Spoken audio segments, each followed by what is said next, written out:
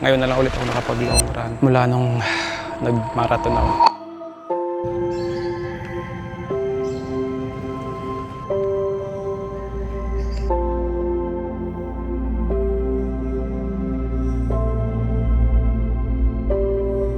Hinabol ko lang yung 2 hours 30 minutes na workout ngayon. 5 dapat yung workout ngayong week na to eh. Nakatatlo lang. Okay na yun.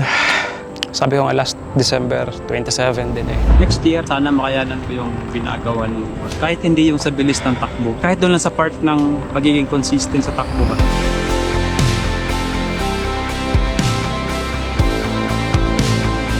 Naging consistent naman. 10 months nga lang. October, November, December. Dito na ako nawala eh. Simula na may naramdaman akong kakaiba sa trabaho. And yep, ito na nga, dumating na nga.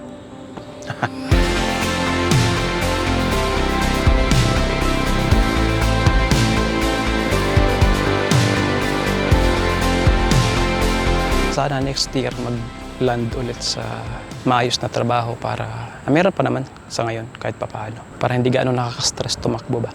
Na-stress kasi ako. Pagkatatakbo ako yung taas ng heart rate ko kasi ang daming iniisip. Sana bumalik yun.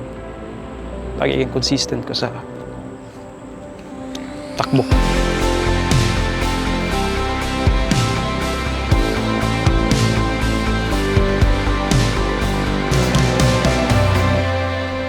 Ito na yung nakayanan ko ngayong year na to. Hindi ako sure kung malalagpasan ko next year eh. Grabe kasi yung commitment ko dito.